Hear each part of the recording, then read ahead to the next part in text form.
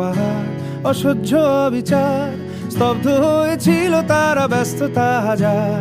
তাই যে নাই খেয়াল, পেছনে দেয়াল, যে যেমন সে নিচ্ছি মেনে নাম দিয়ে কপাল। কেউ মরণ অকাল, কেউ ভয়ে কাতর, কেউ বাণীর উপায় বা সহায় হয়ে পাথর। আর কবে, আর কবে, আর কবে, আর কবে, আর কবে, আর কবে, আর কবে, আর কবে, আর কবে, আর কবে।